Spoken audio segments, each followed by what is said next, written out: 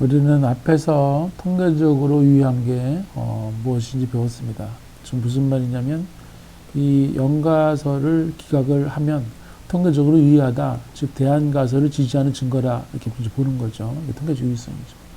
그러나 실제적으로 유의한 건 뭐냐면 그래 이렇게 대안가설을 지지하는 증거가 나왔는데 이 대안가설대로 하는 것이 실제적으로도 의미가 있는지 효과가 진짜 뚜렷이 있는 것인지 그걸 비교하는 거예요. 자, 어떤 회사가 이 SAT라고 하는 것은 미국에 있는 건데 우리나라의 수능과 같은 시험입니다. 그래서 이 대학 들어갈 때 이제 입학 여부 결정하는 것으로 사용하기도 하죠. 그런데 이러한 표준화 시험을 사실 한 번만 보는 게 아니에요. 몇 번 치를 수 있게 해줍니다.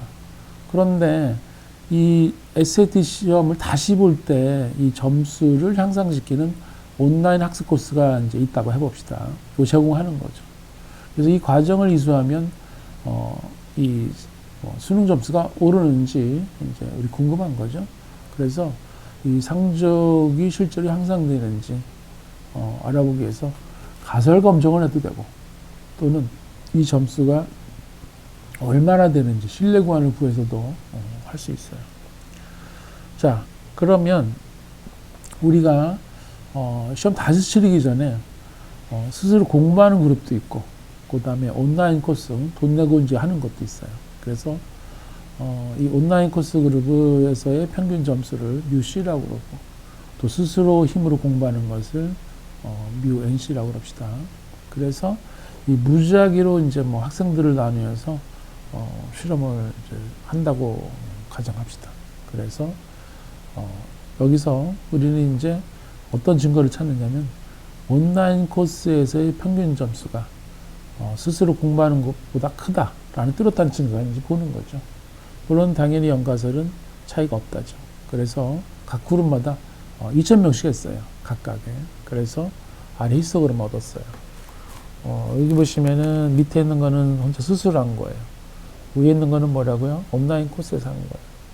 그러면은 이제 이게 이제 2,000명이나 돼요. 2,000명. 그렇기 때문에 여기 0점을 중심으로 어떤 학생들은 우리 점수 떨어지기도 합니다. 그렇죠?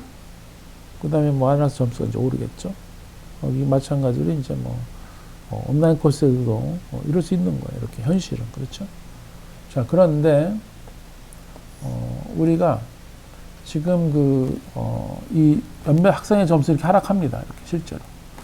그 다음에 일반적으로 시험 두 번 쳤을 때는 좀 점수가 올라갑니다. 그래서 이 온라인 그룹에서는 여기 평균이 42.7이다. 평균이.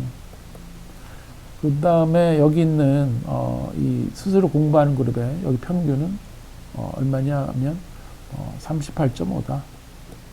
이렇게 합시다. 그래서 온라인 코스 들으면은 4.2점 올라가는 거예요. 4.2점. 그리고 이제 표본 크기가 굉장히 크잖아요. 그죠? 그래서 이 임의와 분부 만들었더니 P값이 0.038이다.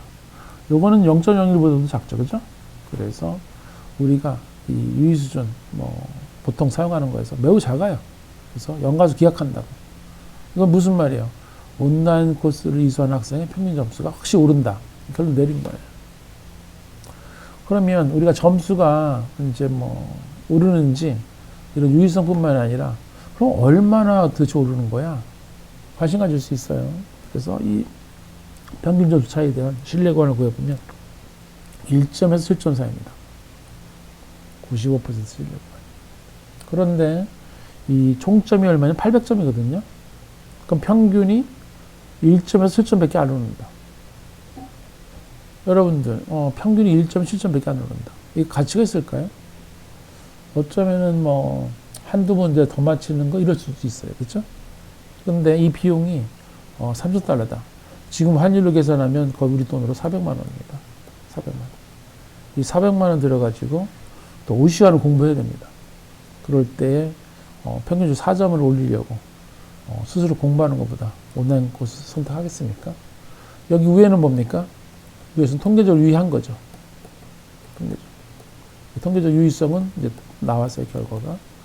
밑에는 실제 유의성은 뭐냐면 여기서 요만큼의 점수 올렸잖아요. 평균 4점 올린 거예요. 이 4점 올리려고 돈을 400만 원 투자할 만큼 실질적으로도 이런 거 실천에 옮기고 여기 온라인 코스 들을 만큼 돈을 내고 해야 되느냐. 이게 실제적 유의성이에요. 실제적 유의성. 실제적으로도 뭐예요? 의미가 있고 할 만하다 이런 뜻이죠. 그럼 통계적 유의성이 실제적 유의성을 반드시 의미한다고 생각합니까? 이거를? 이 결론 내면 되겠습니까? 여기에서 보는 것처럼 이러면 안 되는 거죠. 그죠?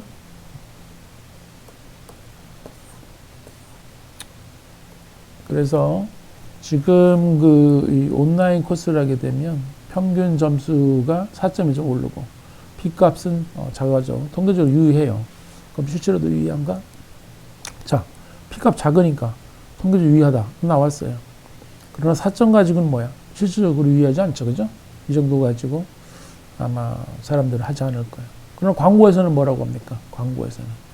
그냥 뭐 점수가 향상된다 이런 얘기만 하겠죠. 그래서 이런 경우에는 이 온라인 코스 선택하는 것이 실질 가치는 없을지 몰라요.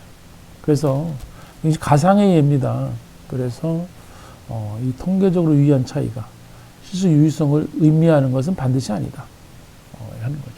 특히 이런 시험에서는 포부 크기가 크잖아요. 그럴 경우에는 이 800점에서 4점처럼 이게 뭐 기껏 한두 문제 차이인데 이런 작은 차이도 통계적으로 유의하게 나타납니다. 왜? 표본 크기가 크기 때문에 그래요. 그래서 하지만 그렇다고 이 차이 가지고 수강 여부를 결정하는 개인에게 이게 특별히 중요한 것은 아니에요. 왜? 이 약간의 차이가 중요할 수도 있는데 기준은 왜냐면 예를 들어서 뭐 혼자 스스로 공부를 잘 못한단 말이에요. 그럴 경우에는 뭐 더 큰 거를 기대할 수도 있지 않겠어요? 그래서 그 다음에 이 큰 표본이 실제 효과를 밝히는 그음처럼 도움이 될 수 있지만 명심해야 될 건 뭐라고요? 통계적으로 유의하다고 해서 실질적으로 유의하다고 이거 의미하는 것은 반드시 아니다. 이거는 매우 중요한 결론이겠습니다.